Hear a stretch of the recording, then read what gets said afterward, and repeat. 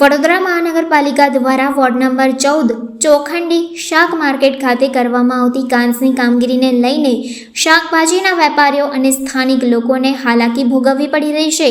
વડોદરા મહાનગરપાલિકા દ્વારા ચોખંડી શાક માર્કેટ પાસે કાંસની કામગીરી છેલ્લા 3 મહિનાથી ચાલી રહી છે, પરંતુ આ કાંસની કામગીરી ગોકળ ગતિએ ચાલતા શાકભાજી વેચનારા વેપારીઓને હાલાકીનો સામનો કરવો પડી રહ્યો છે। અહીં ખુલ્લી કાંસની ગટરો જોવા મળી રહી છે। પાલિકા તંત્ર દ્વારા 3 મહિનામાં કામગીરી પૂર્ણ કરવાનો કોન્ટ્રાક્ટ આપવામાં આવ્યો હતો, પરંતુ આગામી સમયમાં ચોમાસાની ઋતુ શરૂ થનાર છે, ત્યારે પાલિકા તંત્ર દ્વારા કામગીરી પૂર્ણ ન કરાવતા આજે શાકભાજીના વેપારીઓ દ્વારા તંત્ર સામે આક્રોશ વ્યક્ત કરવામાં આવ્યો હતો। આજ રોજ ચોખંડી શાક માર્કેટ જે વાડી વિસ્તારમાં આવેલી છે,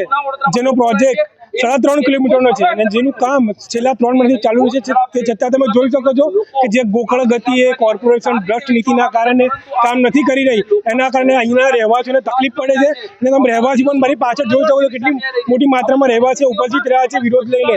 કારણ કે એક બાજુ કોરોના વકરી રહ્યો, એક બીજી બાજુ ચોમાસાની સિઝન પ્રારંભ થતો હોય ને એવામાં પણ જો ચોખ્ખાઈ ના કરવામાં આવે તો આવનાર દિવસોમાં ગંદકી વધુ ફેલાઈને રોગચાળો ફેલાઈ શકે છે, જેના કારણે આજે વિરોધ કરવામાં આવ્યો છે।